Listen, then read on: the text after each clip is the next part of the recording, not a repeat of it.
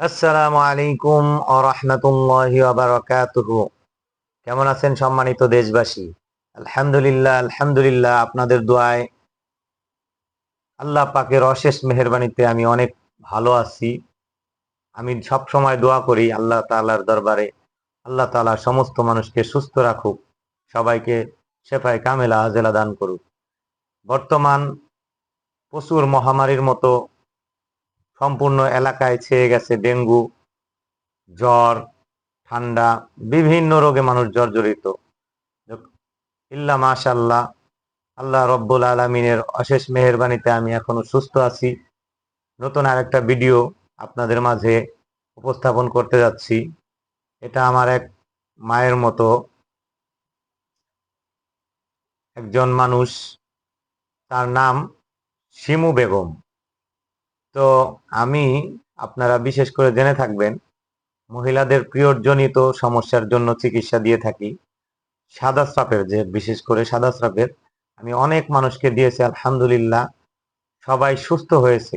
আমার পারিবারিক লোকদের থেকে শুরু করে এই মহল্লাতে অনেক মানুষকে দিয়েছি, আলহামদুলিল্লাহ। আমি 3 দিন ওষুধ খাওয়াই এজন্য। আর 3 দিন ওষুধ খাওয়ানোর পর আমি পানি পরে দেই। এটা 21 দিন সে খাবে এবং গোসলের পানির সাথে গোসল করে নিবে। পাশাপাশি নিয়ত আর ধৈর্য যদি ঠিক থাকে, 3 দিনের মধ্যে সে রেজাল্ট বুঝতে পারবে। সাদা স্রাব যত সমস্যায় থাকুক না কেন, যে ডাক্তারি দামি দামি ট্যাবলেট ইউজ করতেছে, সিরাপ খাচ্ছে, এগুলোতেও তাৎক্ষণিক ভালো হচ্ছে, আবার 2 দিন পর হচ্ছে।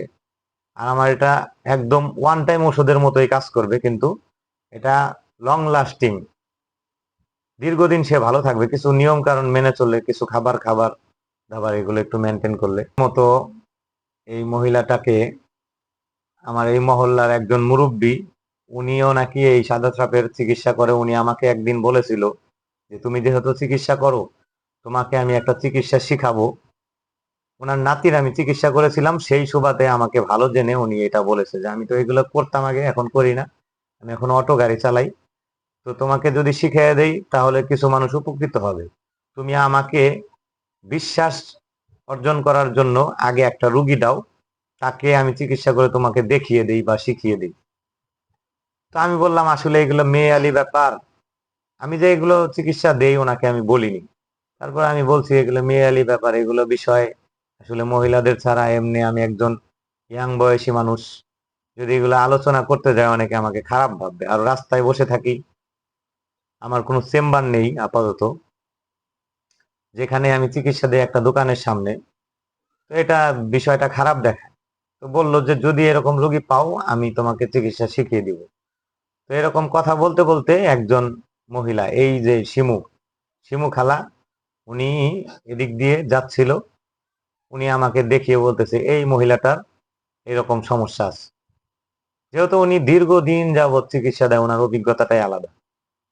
তো বলার পরে আমি ওনার একবার জন্ডিসের চিকিৎসা দিয়েছিলাম, আলহামদুলিল্লাহ সুস্থতা লাভ করেছিল। উনিও এসে বলে গেছিল, যদিও তখন আমি মহিলাদের বা পুরুষদের সাক্ষাৎকার ভিডিও নেইনি, আমার ফোনটা একটু প্রবলেম ছিল পিছনের ক্যামেরায়। আবার এডিটিং এর একটা বিষয় থাকে, এডিটিং করা একটা ঝামেলা মনে করতাম। যাই হোক, তো ওনাকে আমি ডেকে বললাম যে খালাম্মা যদি কিছু মনে না করেন একটা কথা বলি।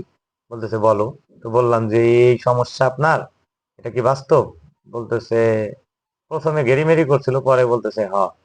বললাম এটার চিকিৎসা আমি খুব ভালো চিকিৎসা দেই, যদি আপনার দিলে টানে আপনি নিয়ে দেখতে পারেন, 3 দিন ওষুধ খাবেন, 21 দিন পানি পড়া খাবেন, ইনশাল্লাহ ঠিক হয়ে যাবে। বলতেছে হাতে টাকা পয়সা হলে নিব। আমি বললাম টাকা পয়সা পরের ব্যাপার, আপনি আগে দেখেন। তো উনি আসলো, আমি ওনাকে 3 দিন চিকিৎসা দেওয়ার পর 2 দিনের দিনই উনি বলতেছে যে কমছে এটা। আমি বললাম যদি কমে থাকে তাহলে ভালো হয়ে যাবে। 3 দিনের দিন উনি 90% সুস্থ, নাই বললেই চলে। তো আলহামদুলিল্লাহ, ওনাকে বলার পরে উনিও সাক্ষাৎকার দিয়েছে, আমি ভিডিও একটা ফাঁকে সাক্ষাৎকারের ভিডিওটা দিয়ে দিব। জি খালা, আপনার যে চিকিৎসা দিছিলাম, আপনার যে সমস্যা ছিল এটা কি কমছে? হ্যাঁ, আগের সব কমছে। আশা করা বেশি যায়। ছিল, এখন কমছে। যাক আলহামদুলিল্লাহ। তো আপনি বাকি ওই 21 দিন পানি পড়াটা খাবেন, পানি মিলিয়ে মিলিয়ে খাবেন, ইনশাল্লাহ ঠিক হয়ে যাবে ইনশাল্লাহ। আর আমি তো এইখানে আছি, তো ভালো মন্দ আমার জানাবেন, হ্যাঁ। ভালো থাকবেন, সুস্থ থাকবেন। আসসালামু আলাইকুম ওয়া রাহমাতুল্লাহি ওয়া বারাকাতুহু।